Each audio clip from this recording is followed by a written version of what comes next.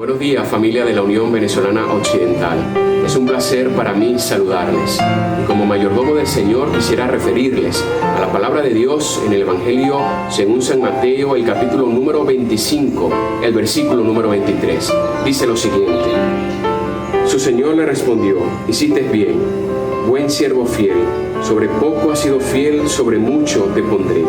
Entra en el gozo de tu Señor.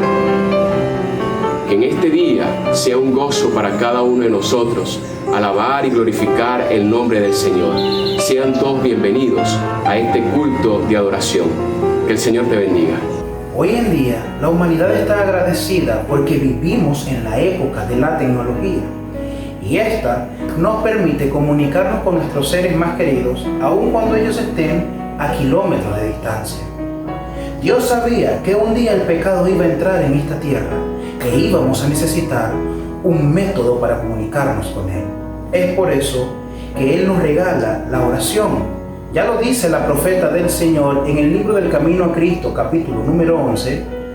La oración no hace descender a Dios hasta nosotros, sino que nos eleva a nosotros hacia Él.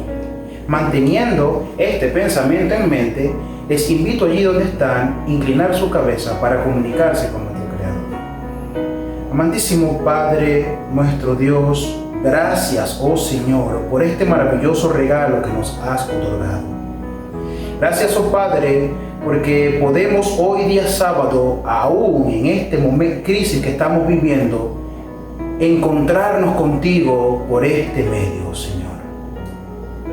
Quiero pedirte una bendición muy especial, oh Padre, por toda la población adventista de la Unión Venezolana Occidental. Gracias, oh Señor, porque a pesar de la crisis, tú no nos has abandonado y sabemos que nunca lo vas a hacer. Acompáñanos, oh Señor, cuídanos, protégenos y que tus santos ángeles estén alrededor de cada uno de nosotros. Todo esto te lo pedimos en tu santo y bendito nombre. Amén, Señor. Mis hermanos, leo en la palabra de Dios, en el libro de Salmos 113, versículo del 1 al 3, y dice: Aleluya, alabado sea el Señor, alaben siervos del Señor, alaben el nombre del Señor. Bendito sea el nombre del Señor, desde ahora y para siempre, desde la salida del sol hasta su ocaso. Sea alabado el nombre del Señor. Qué hermoso mensaje nos da hoy el salmista. Qué privilegio tenemos los adventistas del séptimo día de alabar a Dios cada uno de nuestros hogares. Dios ha sido bueno con nosotros. A pesar de las circunstancias en que vivimos, Dios sigue derramando bendiciones. Por esta razón nos unimos hoy para darle honra y gloria a nuestro Creador y Sustentador. Esperamos que la programación sea un mensaje de esperanza para cada uno de nosotros. Y no olvides, como dice el salmista, aleluya, alabado sea el Señor.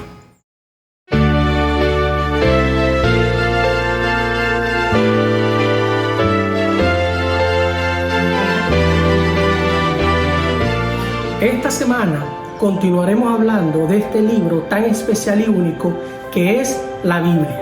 La Biblia en el protestantismo está entrelazado en una historia común.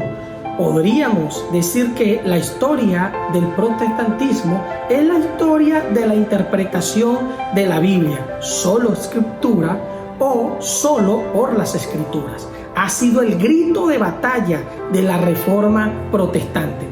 La escritura se elevó como criterio único y concluyente para la teología.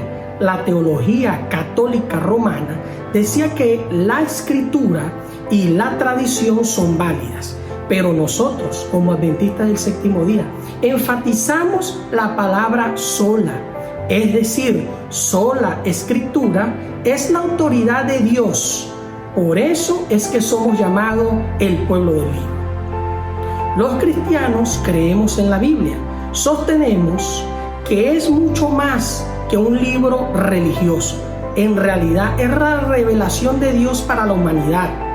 Es inspiración de Dios, es el libro que ofrece al hombre redención y señala el camino para la solución de todos los problemas. Este libro, la Biblia, se desarrolló en un periodo de 1500 años, escrita en diferentes estilos y 3 idiomas, entre ellos el hebreo, el arameo y el griego. La Biblia fue escrita por 40 autores diferentes. Ellos venían de toda clase de trasfondos: pastores, reyes, militares, príncipes, pescadores, estudiosos, historiadores, profesionales y obreros. Por último, la Biblia fue escrita bajo diferentes circunstancias, países, culturas tales como Asia, África y Europa.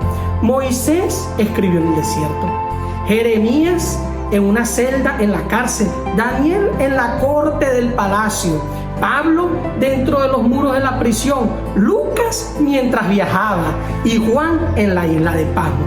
Podemos decir que solamente para poder unir todos estos autores para una sola causa, que es la redención del ser humano, fue inspirada por Dios. Hebreos 4:12, porque la palabra de Dios es viva y eficaz, y más cortante que toda espada de 2 filos, penetra hasta partir el alma y el espíritu, las coyunturas y los tuétanos, y discierne los pensamientos y las intenciones del corazón.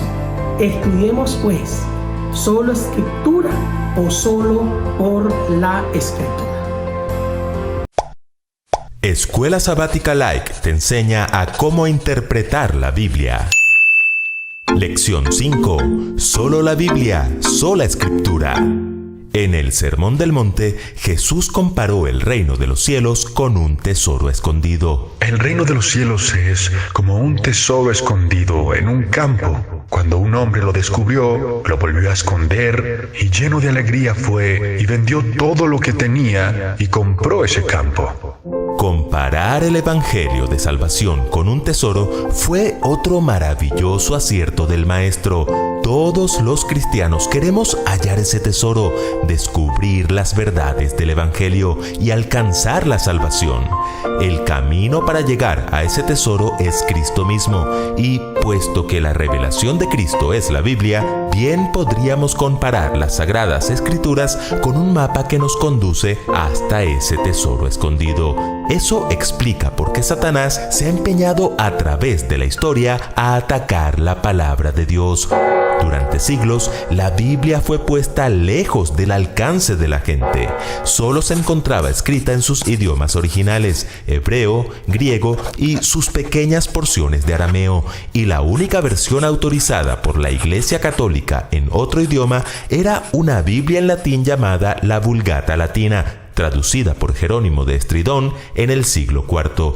Pero para el siglo XVI, el latín ya era una lengua que muy pocos hablaban o entendían, y para sorpresa de los más jóvenes, el traductor de Google aún no existía. ¿En serio? Sí, y aunque existiera, no serviría de mucho, pues ni siquiera esa Biblia en latín podía distribuirse en los hogares. Estaba prohibido, y mucho menos podía traducirse la Biblia a otros idiomas. ¿Y por qué?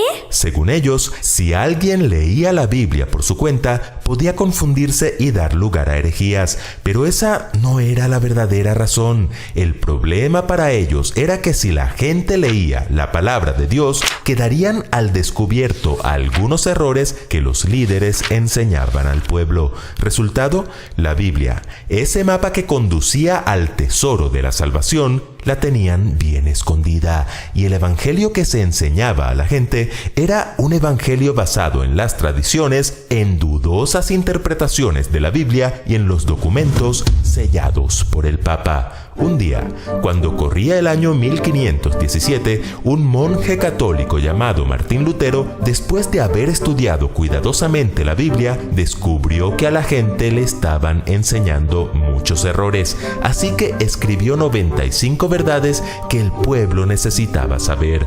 Buscó un martillo y unos cuantos clavos, se dirigió a la iglesia de Wittenberg, en Alemania, y clavó sus 95 tesis en la puerta de la iglesia. Y ese fue el comienzo de una revolución llamada la Reforma Protestante. Poco a poco, y a través de largos años de lucha, la Biblia, ese mapa del tesoro, volvió a estar en las manos del pueblo, y el desafío ahora era usarla correctamente, un desafío que sigue vigente el día de hoy. Por eso la pregunta de esta semana es: ¿qué principios básicos debemos tener en cuenta para una interpretación adecuada de la Biblia? En primer lugar, el principio de sola escritura o solo la Biblia. El loro no puede leer, solo puede escuchar y repetir lo que le enseñan, así no tenga mucho sentido. ¡Corre, que te coge el gato! Como los cristianos no podían leer la Biblia, entonces, como el loro, solo repetían lo que les enseñaban. ¡Debo pagar billete por mis pecados!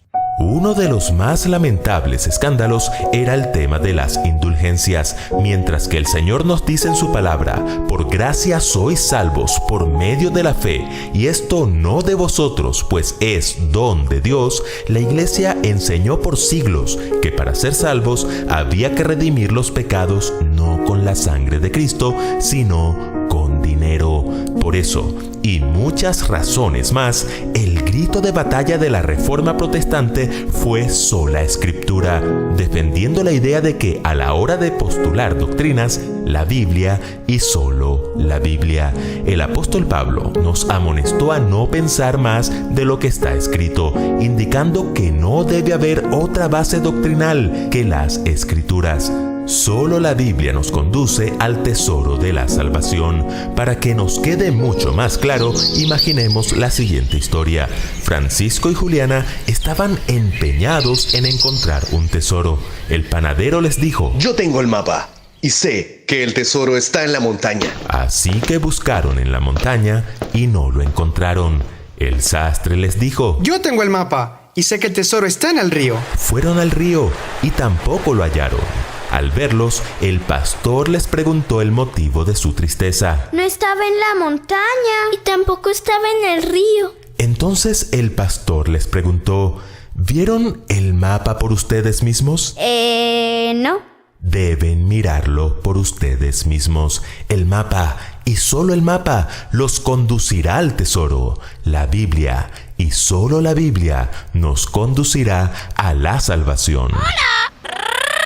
No somos loros para repetir doctrinas, somos bienaventurados al oír, pero lo somos mucho más al leer y guardar lo que está escrito. Bienaventurado el que lee y los que oyen las palabras de esta profecía y guardan las cosas en ella escritas, porque el tiempo está cerca. Un segundo principio es el de toda escritura o toda la Biblia. Aceptando el consejo del pastor, Francisco y Juliana fueron a donde el panadero para comprarle el mapa, pero solo era medio mapa. La otra mitad la tenía el sastre, pero pedía muchísimo dinero. Yo creo que con este pedazo será suficiente. Lo estudiaron cuidadosamente y volvieron a la montaña convencidos de saber el lugar donde estaba el tesoro. Sus esfuerzos fueron en vano y volvieron a casa más frustrados que antes. Al verlos, el pastor les preguntó el motivo de su tristeza. Esta vez vimos el mapa con nuestros propios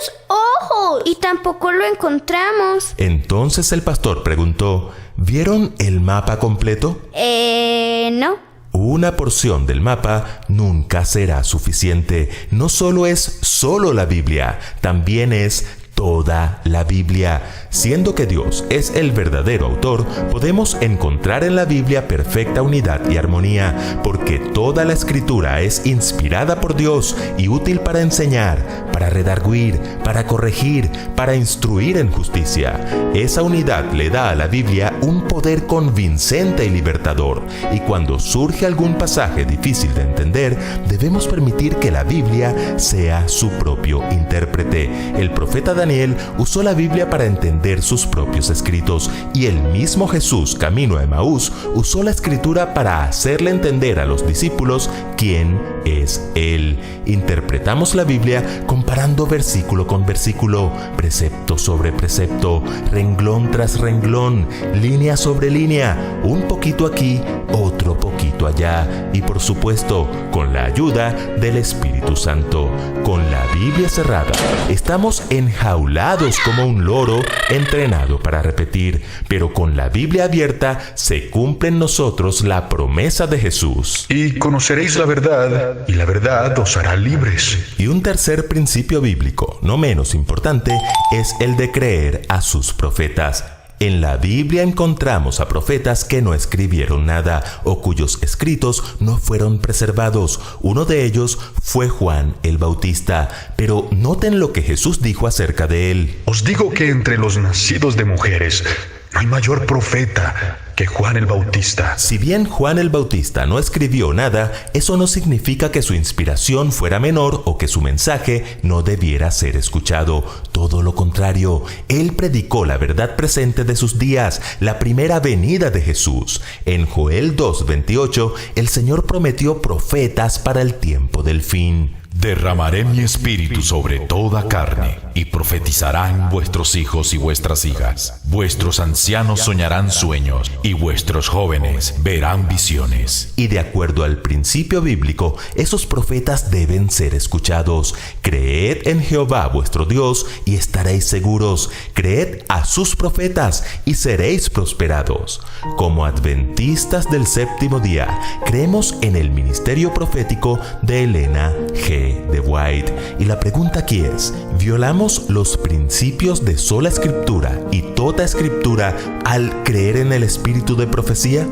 Por supuesto que no, porque para saber si un profeta es verdadero, su mensaje debe estar en armonía con la palabra, a la ley y al testimonio. Si no dijeren conforme a esto, es porque no les ha amanecido. Incluso una lectura superficial de los escritos de Elena de White muestra claramente que para ella la Biblia era fundamental y esencial en todos sus pensamientos y teología. Según ella misma explica, sus escritos deben ser interpretados a la luz de la Biblia y no al revés, afirmando que sus escritos en comparación con las Escrituras eran una luz menor para guiar a los hombres y mujeres a la luz mayor. Ella nunca enseñó ni tuvo la intención de que sus escritos pudieran sustituir en medida alguna a la Biblia. Las visiones dadas a ella tienen el propósito de aplicar las verdades bíblicas al pueblo de Dios en el tiempo del fin.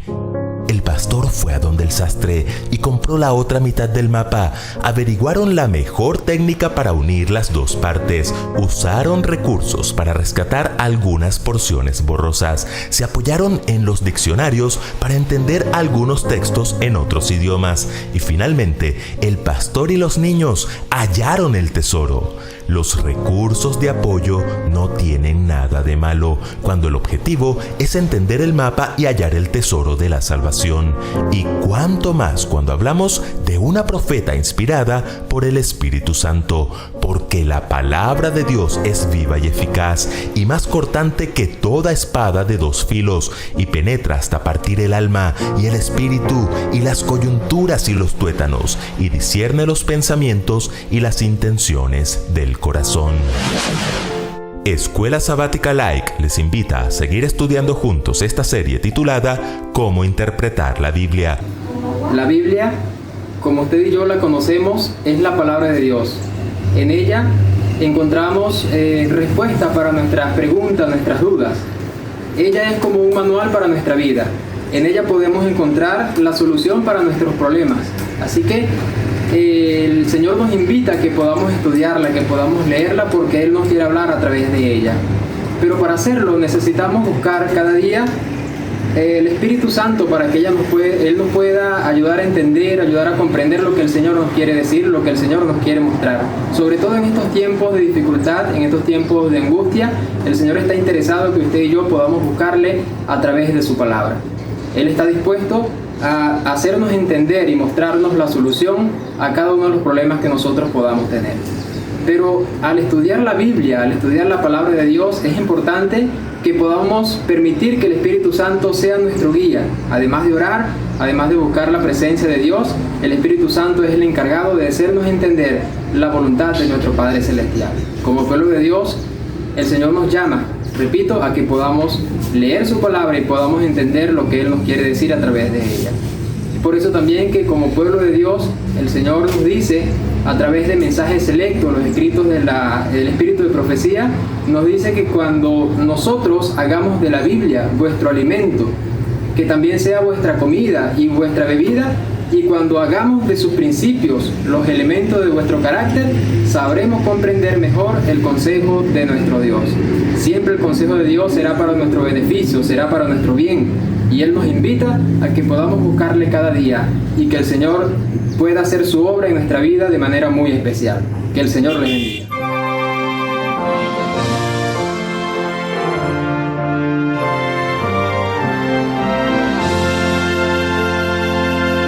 Ha llegado la hora de la adoración a través de nuestros diezmos y ofrendas, donde reconocemos la soberanía de Dios en nuestras vidas y con una gratificación, una señal de agradecimiento, le traemos a Dios lo que le corresponde, sus diezmos y también la entrega de nuestras ofrendas de corazón. En esta época de pandemia, de confinamiento, de distanciamiento social, quizá se complique un poco la consignación al alfolí de sus diezmos y ofrendas. Pero la Unión Venezolana Occidental ha preparado un material especial para que usted pueda ofrendar y diezmar sin ninguna complicación en la comodidad de su hogar y en la reverencia de su culto familiar. Les hablo del sobre virtual. Es una herramienta digital que le permite a usted poder, a través de su teléfono, enviar su diezmo y ofrenda. Esta herramienta digital es interactiva, es sencilla y práctica. Simplemente descargue en su teléfono y allí mismo usted podrá ver su diezmo y ofrenda. Es el sobre típico que usted llenará con sus datos, colocará las cantidades y él automáticamente le sumará correctamente y puede colocar también sus datos de su operación bancaria. De manera tal que ahora, en el territorio de la Unión Venezolana Occidental, la adoración en el plano de la mayordomía es algo sencillo, práctico y ligero. Dios les bendiga y en este momento vamos a orar por la bendición de los diezmos y ofrendas de todo el territorio. Amantísimo y eterno Dios, te damos muchas gracias porque cada hermano conectado en la Unión Venezolana Occidental en este momento puede consignar ante el alfolí sus diezmos y ofrendas. Te rogamos, oh Señor, que esta aplicación de nuestros teléfonos pueda servir para simplificar el proceso y que tu evangelio pueda entonces continuar siendo predicado hasta tu pronta venida. Todo lo pedimos en el nombre de Jesús. Amén.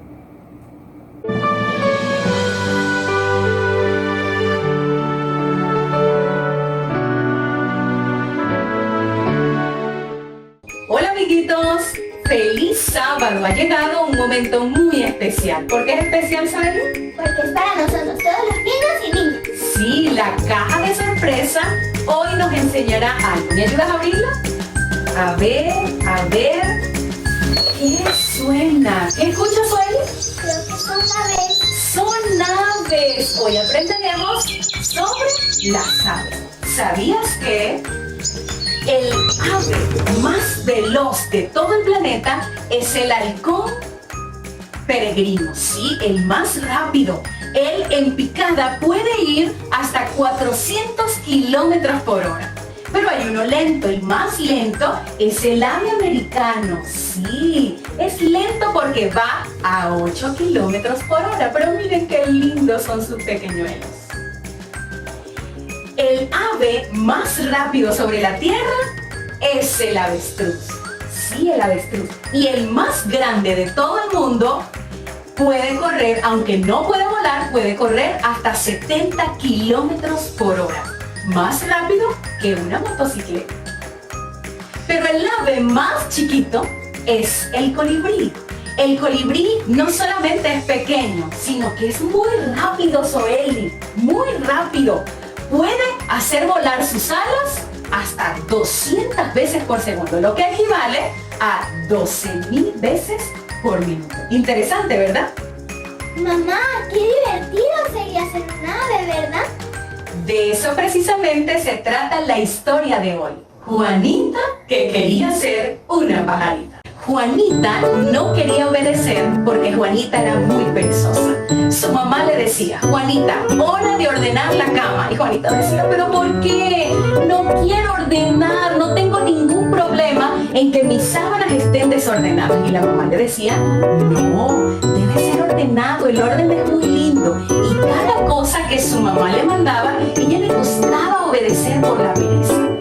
Le decía: hora feliz de hacer las tareas, y ella zapateaba y decía: ¿por qué tengo que hacer tareas? No quiero hacer tareas. Un día, Juanita, mirando en la ventana, ella vio que en su patio estaban muchas aves. Y Zoeli le pareció que era muy divertido la vida de los pájaros, porque revoloteaban en los árboles, no iban a la escuela, y le dijo a la mamá: yo quisiera ser una pajarita. Así que su mamá le dijo: ¿en serio? A partir de mañana serás una pajarita. Sí, mamá, sin ir a la escuela, sin hacer tareas. Sí, sin hacer tareas. Yo quiero decirte, Zoeli, que la mamá la levantó a las 5 de la mañana. Y ella: mamá, ¿por qué me levantas tan temprano? Porque los pajaritos madrugan, ven, sal al patio. Y ella quiso ponerse algo en los pies y la mamá le dijo: no, los pajaritos no usan zapatos. Así que ella al principio, aunque el frío, comenzó a divertirse en el patio hasta que comenzó a sentir hambre. Y le dijo a la mamá: mamá, hora del desayuno. Y la mamá le dijo: no, los pajaritos no desayunan. Así como yo te sirvo el cereal, ve a los árboles, ve a la tierra y busca gusanitos. Eso es lo que comen los pajaritos. Y ella: no, mamá, no quiero comer gusanitos. Ese día, Juanita aprendió la lección, porque hay un texto maravilloso, Zoeli, en Eclesiastés, que dice: todo lo que te venga a la mano para hacer, hazlo según tus fuerzas. Y es necesario cumplir lo que dice el mandamiento de obedecer y honrar a la mamá y al Dios. Zoeli, dile a todos los niños: ¿qué nos va a dar Jesús en el cielo? Una corona de vida. Una corona de vida. Muy bien, amén. ¿Y qué se necesita, Zoeli, para ganarse esa corona de vida? Obedecer. ¿A quién? A mamá, a papá y especialmente a Dios. A Dios, amén. ¿Hay alguna guía que nos da la Biblia para obedecer, Zoeli? Sí, el Salmo 119, 105 dice: tu palabra es una lámpara a mis pies, es la luz que ilumina mi camino. Quiere decir que la Biblia es la guía que puede alumbrarnos para obedecer. Dile a los niños cuál es el mandamiento más bonito que tiene promesa.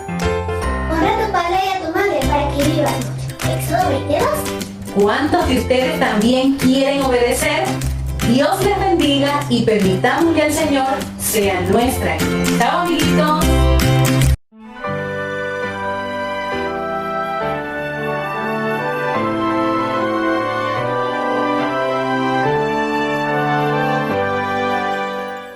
En cada paso él mostraba el cielo,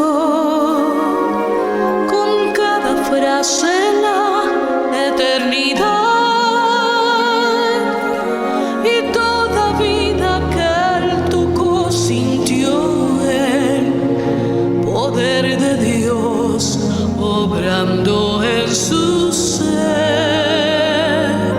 Las almas solas vieron a un amigo, los hombres sentirían su poder, los ciegos podrían ver un nuevo día, pues él tenía el poder de Dios. Un toque celestial, la mano de Jesús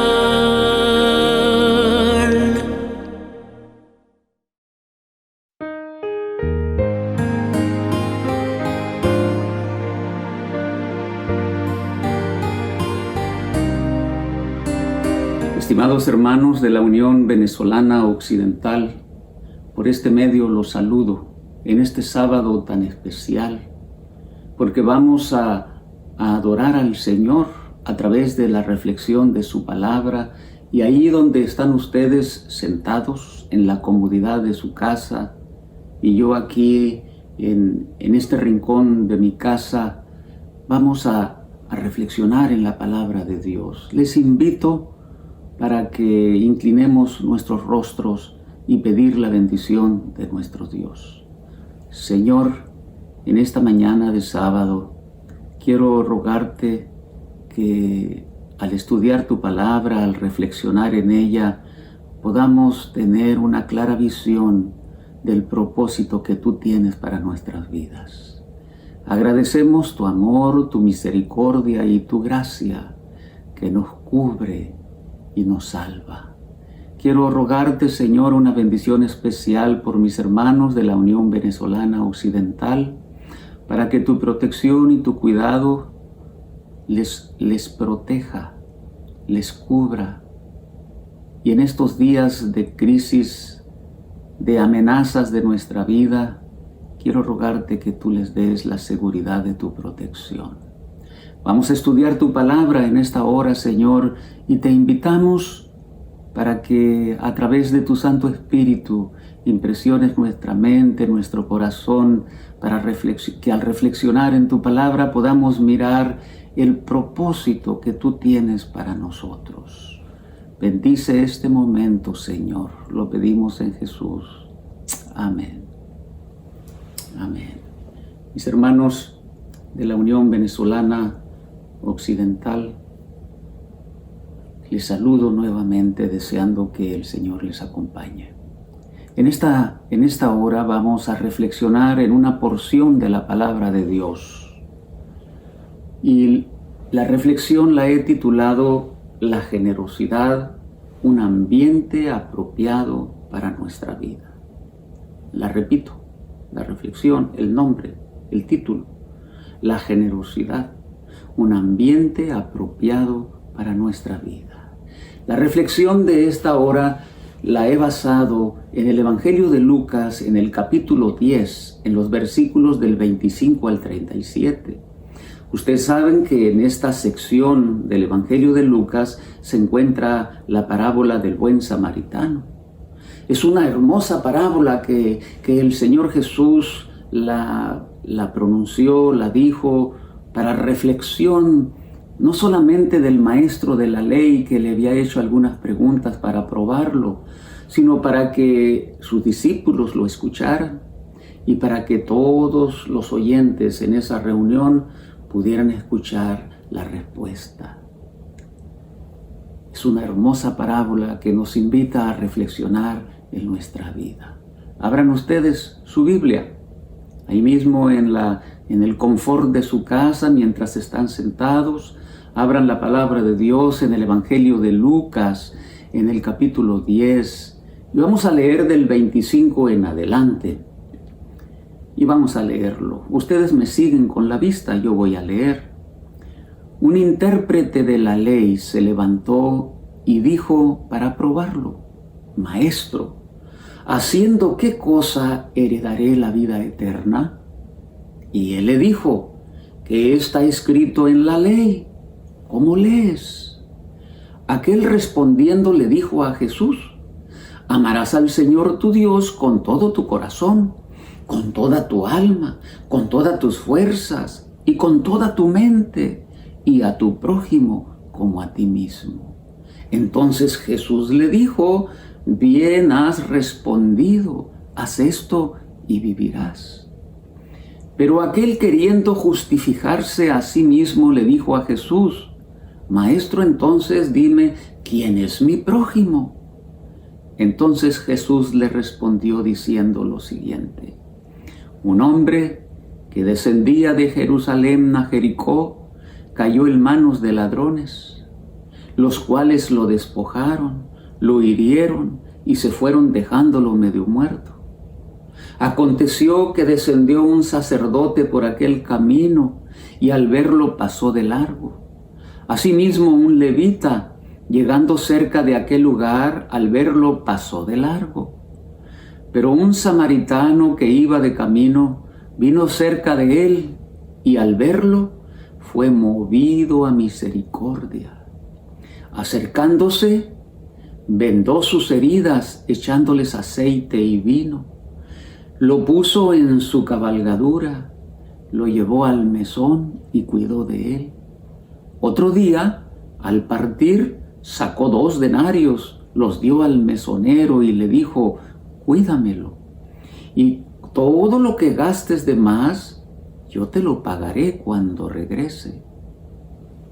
Entonces Jesús le dijo: ¿quién pues de estos 3 te parece que fue el prójimo de aquel que cayó en manos de los ladrones?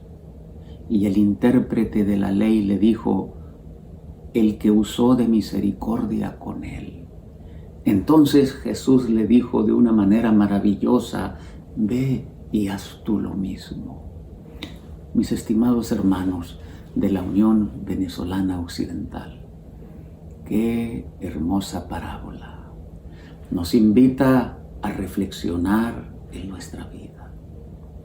El doctor de la ley le hizo una pregunta al maestro para probarlo y le dijo: ¿qué debo hacer para heredar la vida eterna? Ustedes saben que en la respuesta que él mismo dio, Jesús le dijo: muy bien, has respondido perfectamente, ve y haz lo mismo.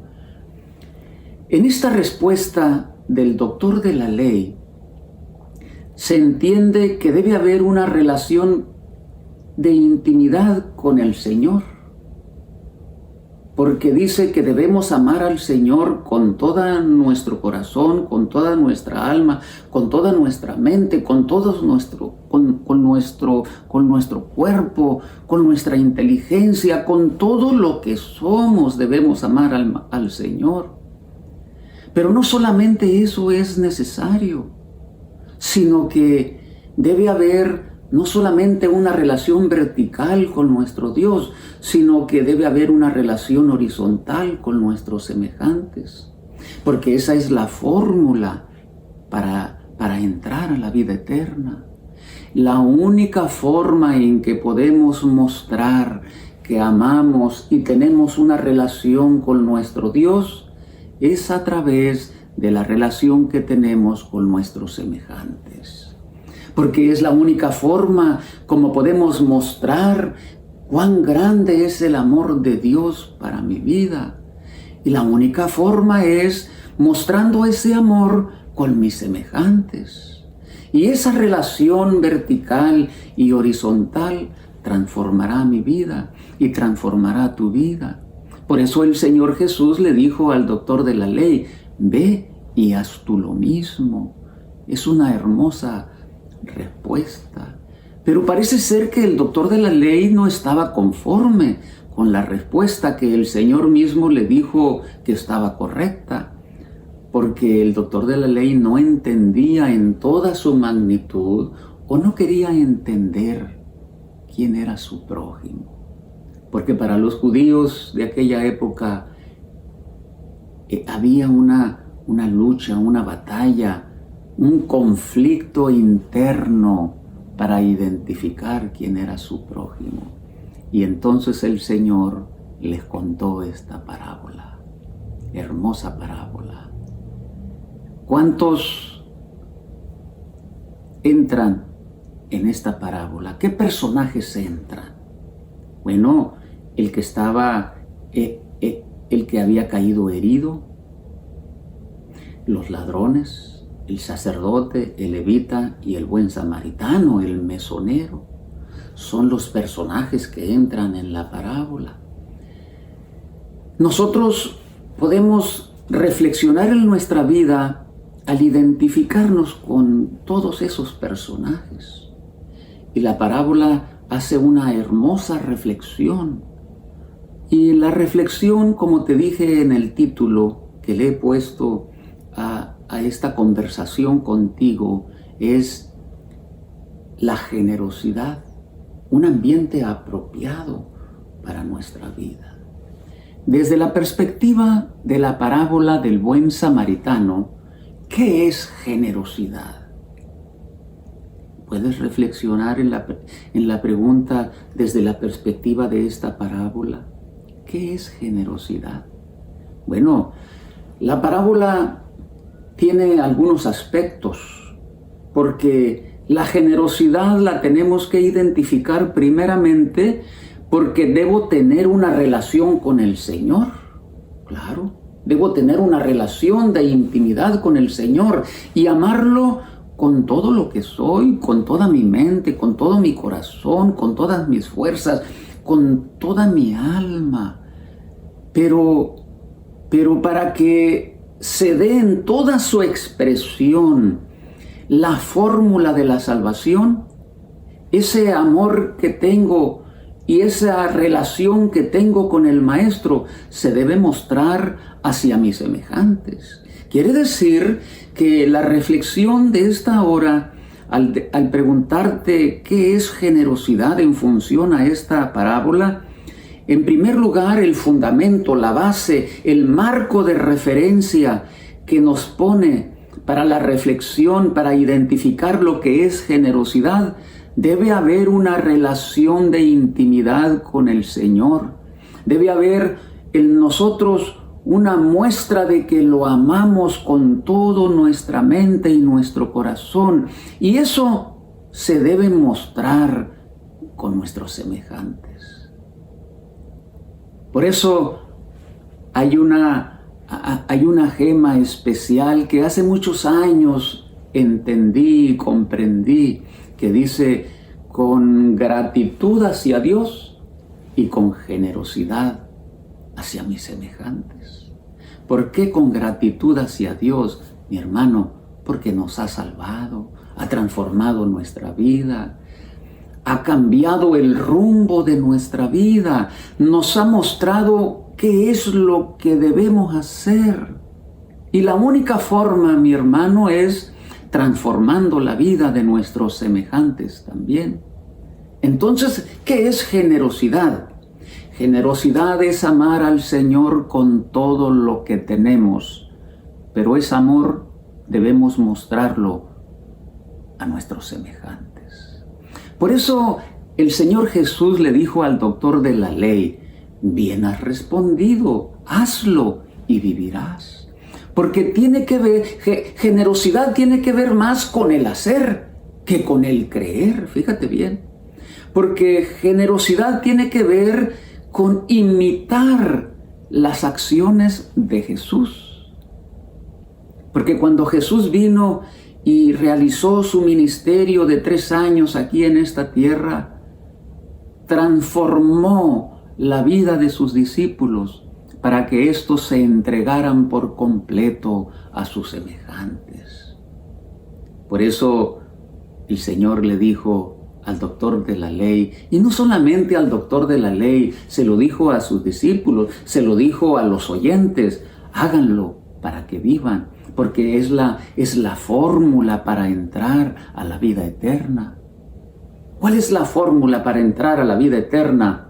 Mostrar a nuestros semejantes el amor de Dios como un acto de generosidad de nuestra vida. ¿Te das cuenta? Como un acto de generosidad. ¿Qué es la generosidad entonces? Es una reacción natural a la multitud de bendiciones y misericordias que hemos recibido de Dios. Fíjate bien, porque estos conceptos que voy a compartir contigo de generosidad tienen su reflexión, su base en la parábola del buen samaritano. ¿Qué es generosidad? Bueno, te digo que es una reacción natural a la multitud de bendiciones que hemos recibido de Dios sin merecerlas. Es una reacción natural. Generosidad es bondad manifestada hacia nuestros semejantes, porque el Señor mostró bondad hacia mí también. Entonces, por correspondencia, tengo que mostrar bondad hacia mis semejantes. Generosidad es una forma de relación. ¿Por qué es una forma de relación? Porque muestra la manera como me relaciono con Dios. Y eso se muestra en la forma como me relaciono con mis semejantes. Por lo tanto, es un estilo de vida.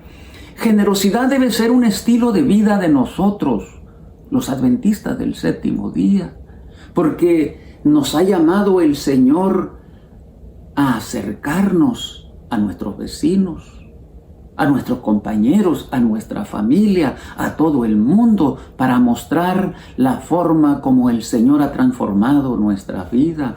Entonces es un estilo de vida. Generosidad es un enfoque de nuestra existencia, de nuestra razón de ser. ¿Te das cuenta? Es un enfoque, es la manera como enfocamos nuestra vida, es una forma como nuestros semejantes nos ven y tratan a través de nuestra vida. Deben mirar a Jesús, el nosotros. Por lo tanto, es el enfoque de nuestra existencia, de nuestra razón de ser. Generosidad es la forma como entendemos el mundo, fíjate bien. ¿Por qué cómo entendemos el mundo? Porque entonces entendemos la razón por la que hemos sido creados.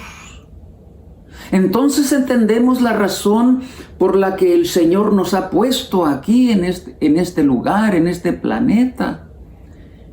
Generosidad entonces es la forma como entendemos el mundo y el lugar que ocupamos en el plan de Dios.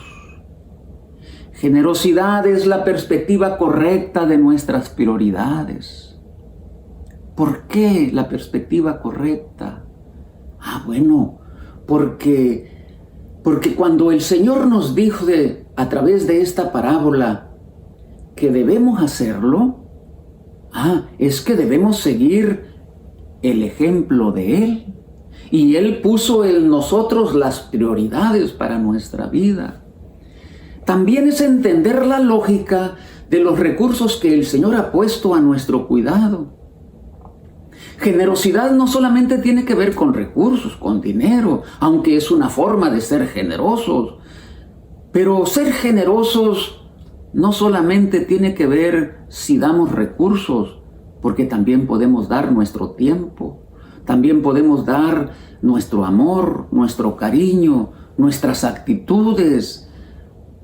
También podemos mostrarle al mundo la forma como el Señor nos ha transformado. No tiene que ver con recursos, tiene que ver con la forma como mostramos el amor de Dios hacia nuestros semejantes. Mis hermanos, generosidad es renunciar voluntariamente a lo que más apreciamos. ¿Te das cuenta? Porque es allí donde se muestra nuestra generosidad. Cuando renunciamos a lo que más aprecia nuestro corazón y en lugar de eso nos dedicamos por completo a servir a los que nos rodean, entonces es una renuncia voluntaria a lo que más apreciamos. Esa es una hermosa apreciación acerca de la generosidad. Una renuncia voluntaria a lo que más apreciamos. También generosidad es entender la forma como trabaja la economía de Dios. Fíjate bien. ¿Por qué? ¿Por qué es entender la forma como trabaja la economía de Dios? Bueno, te lo voy a decir de esta manera. Cuando el Señor alimentó a los 5,000 hombres sin contar a las mujeres y los niños, el Señor le dijo a sus discípulos: ordénenlos primero, de 100 en 100, de 50 en 50, ordénenlos. Y ya cuando todos estaban ordenados, entonces el Señor mostró su generosidad. Fíjate bien, y es la manera como trabaja la economía de Dios. Para poder que la economía de Dios trabaje de una manera apropiada, debemos tener orden, cuidado. Debemos cuidar los recursos que el Señor ha puesto bajo nuestra administración.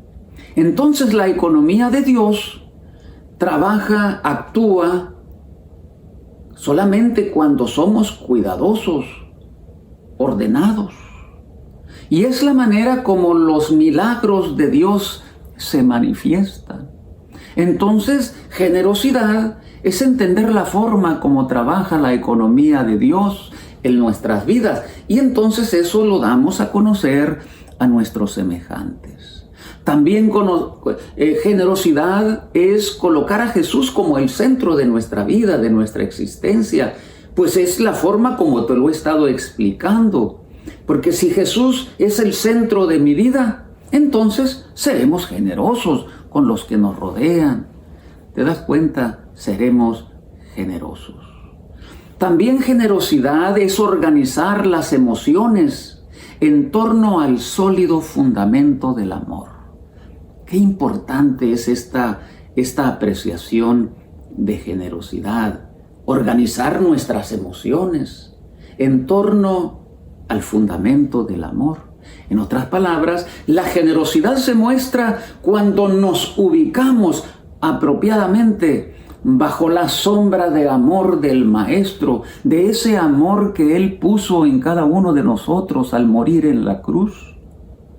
Por eso la palabra de Dios dice: porque de tal manera amó Dios al mundo que ha dado a su Hijo único, para que todo aquel que en Él crea no se pierda, mas tenga vida eterna.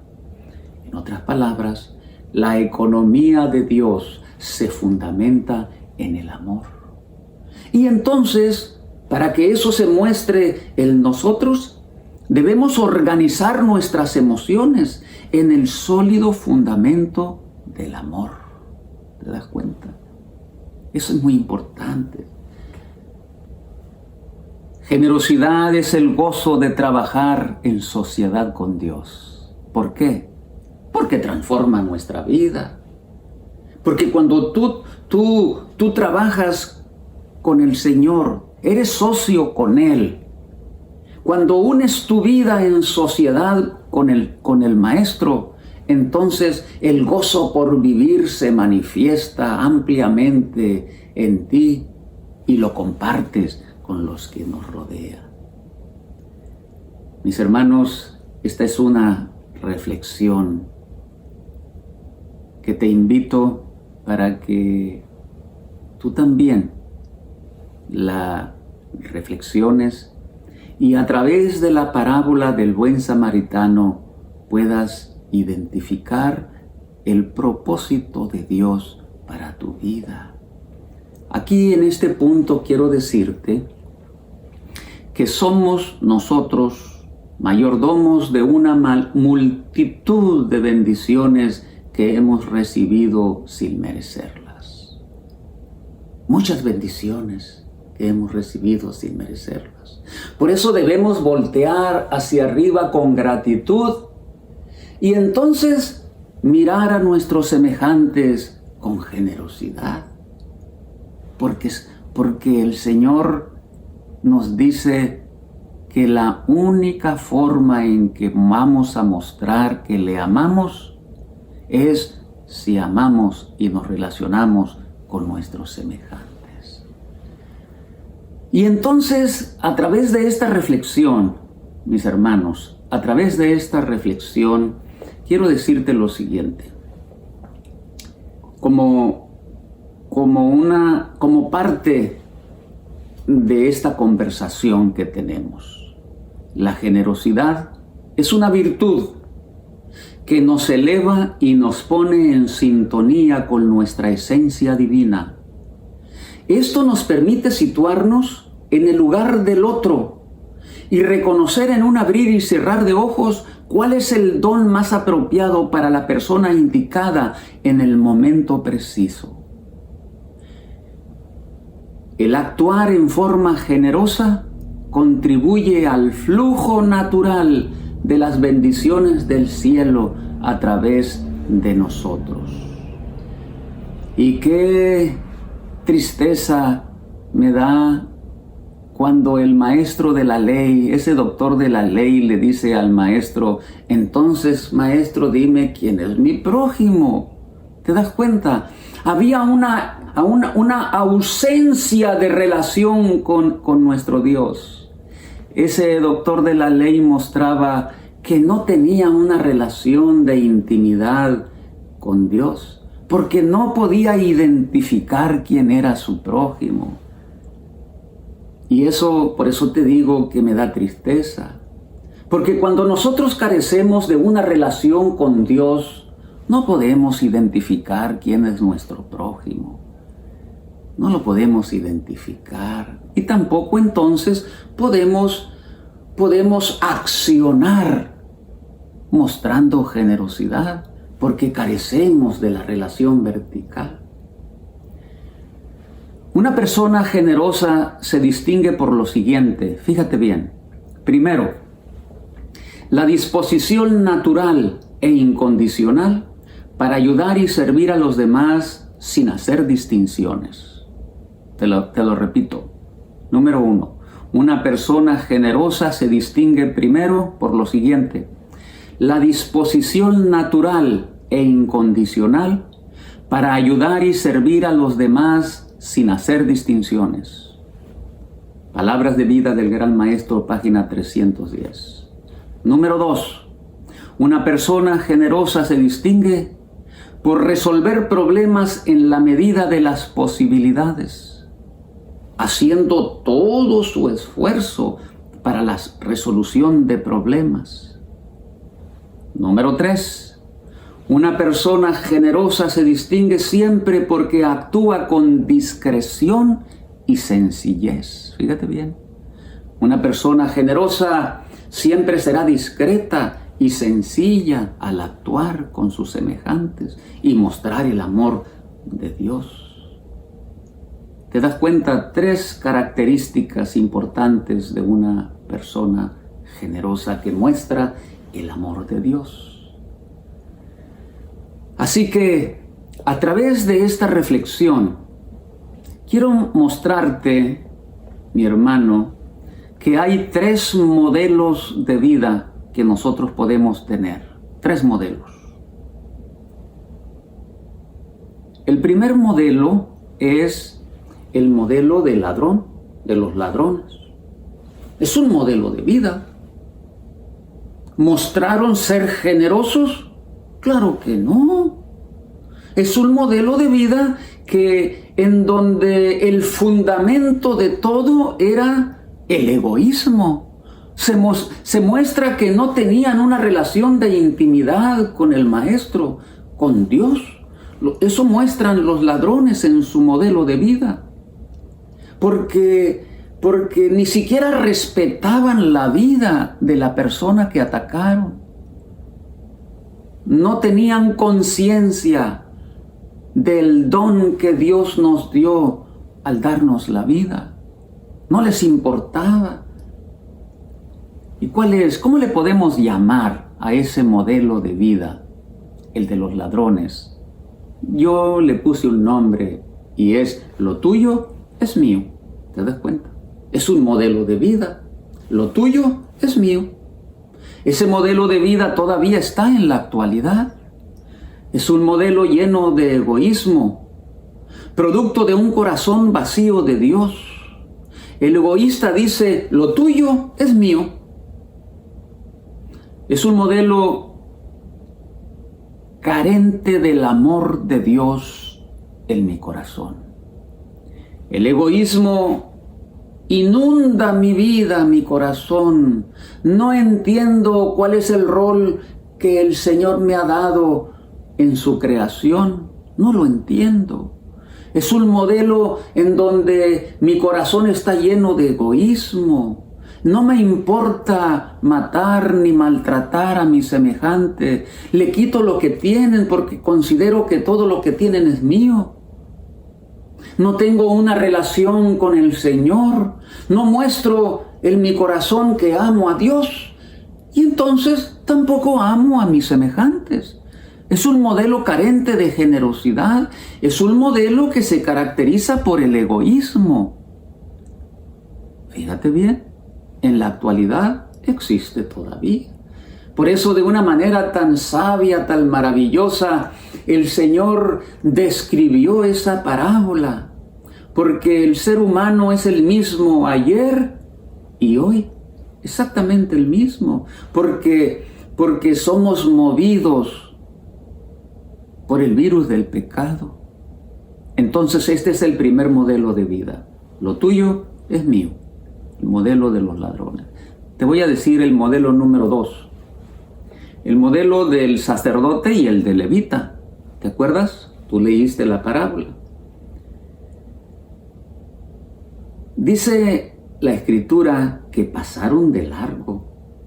Ahora, ¿conocían cuáles eran las indicaciones de Dios? Claro que lo conocían, a diferencia de los ladrones. Los ladrones ni siquiera conocían que debían tener una relación con el maestro. Pero el sacerdote y el levita sí, eran maestros de la ley, eran estudiosos. Conocían cuál era el plan de Dios para sus vidas.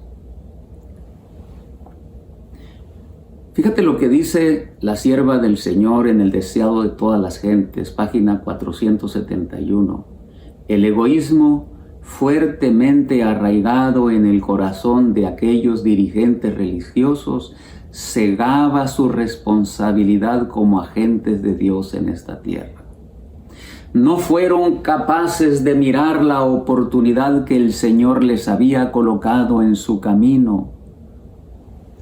¿Cuál es este modelo? También es un modelo de egoísmo, pero yo le llamo: lo mío es mío. ¿Te das cuenta? Lo mío es mío. Ahora, no me importa lo tuyo, porque no te lo quiero quitar, pero lo mío es mío. Ahora fíjate qué importante es reflexionar en esto, porque dice este modelo: lo mío es mío, dice, las bendiciones que he recibido de Dios son mías y no las quiero compartir con nadie. Entonces no reconozco quién es mi prójimo, porque me quedo con las bendiciones de Dios en mi vida.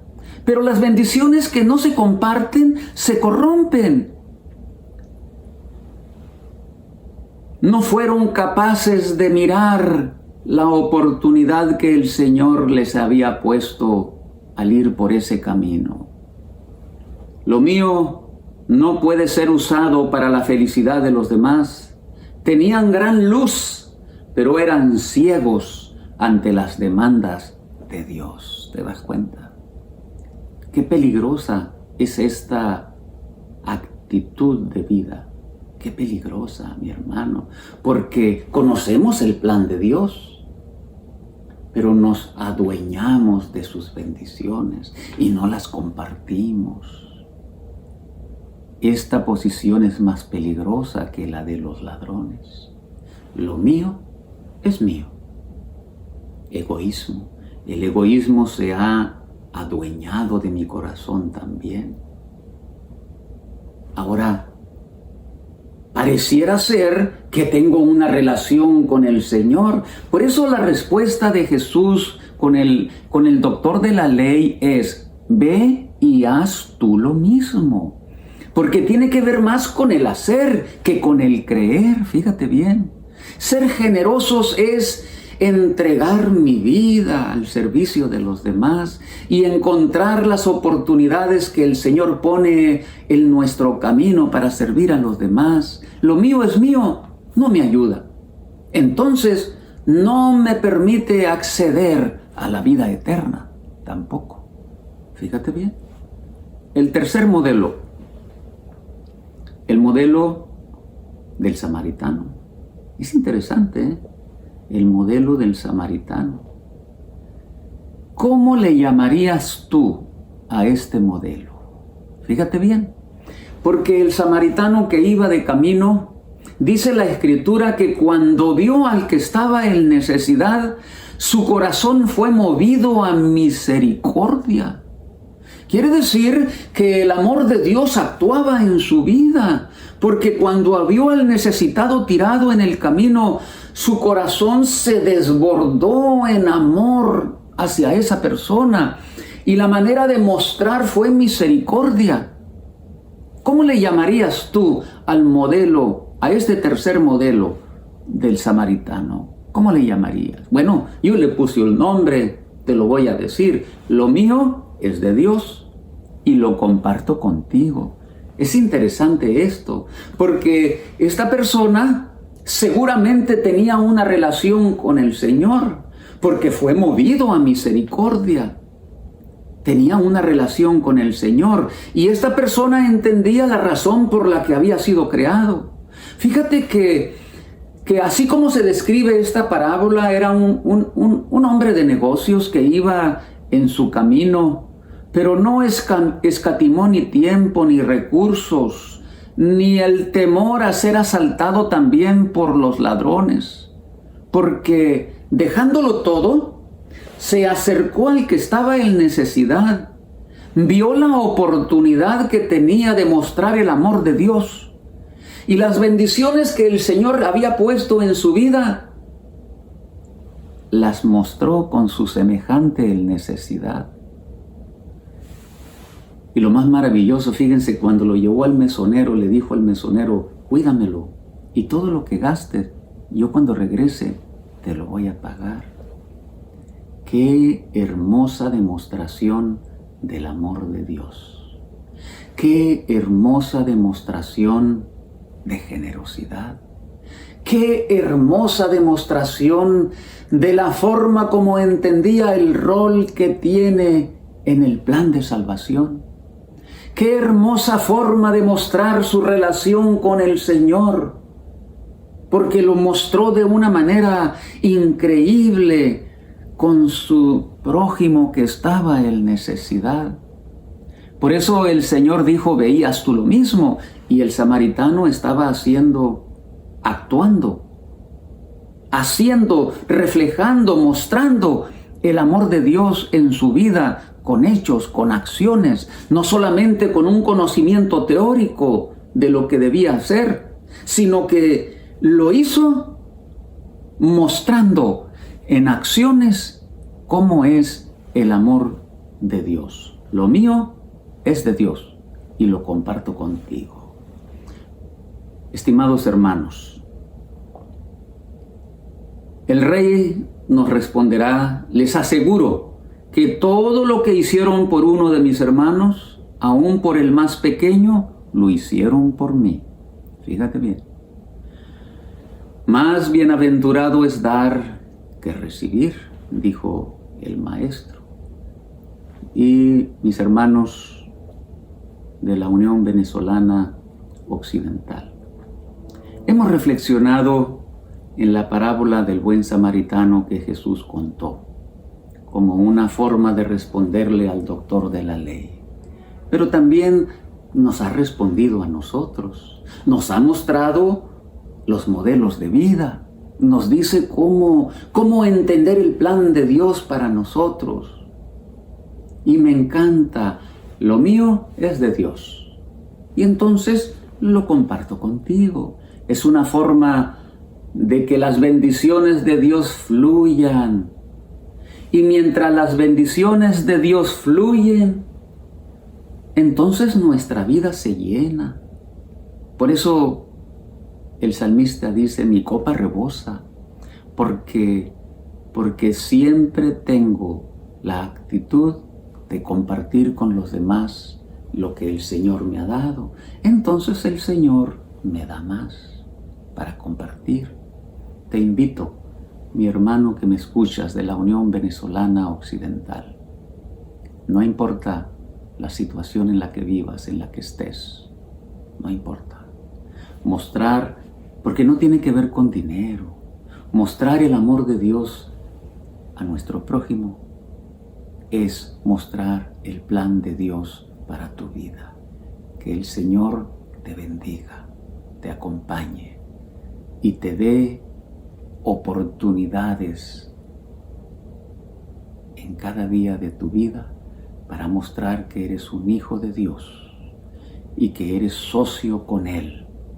Y entonces tus semejantes mirarán a Jesús en tu vida. Que el Señor te bendiga. Muchas gracias.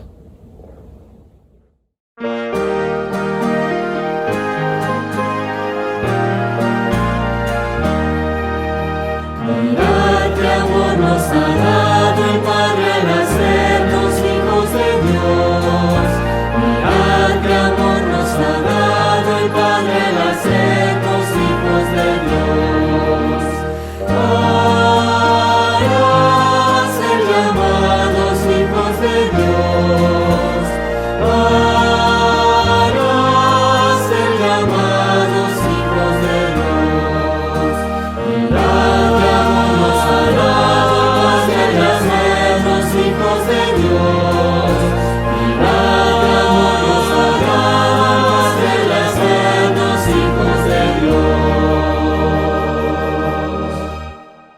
Feliz sábado, mis hermanos, bendiciones para todos. Después de haber escuchado este maravilloso mensaje, les invito a inclinar su rostro y tener la oración final. Oremos. Buen Dios y Padre que estás en los cielos, agradecidos estamos por tus bendiciones, agradecidos por el alimento espiritual que nos has enviado en esta mañana y también por el material que nunca nos ha faltado. Bendice a cada hermano, Señor, alrededor del mundo, a nuestra unión. Permite que tu protección siga estando con nosotros en estos días difíciles de la crisis que atraviesa el mundo. Gracias, Señor, por este maravilloso mensaje, que pueda llegar a lo más profundo de nuestro corazón y poderlo compartir con otras personas. Bendice a nuestros dirigentes a nivel de la Iglesia Mundial, también de la división y de nuestra unión. Quédate en este día con nosotros y síguenos acompañando, Señor, con tus santos ángeles. Bendiciones que te pedimos, no por nuestros méritos, sino en el sagrado y bendito nombre de Cristo Jesús. Amén. Bendiciones para todos.